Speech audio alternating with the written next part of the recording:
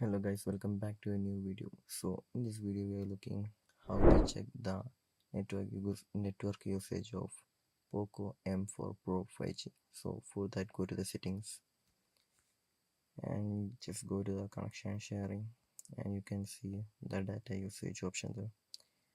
In here you can see my data usage on my phone. The most usage is Instagram, so you can you can check today's and last month and this month. So last month I have used 10.58 GB on Instagram, and here you can see today's and yesterday's every day's data usage.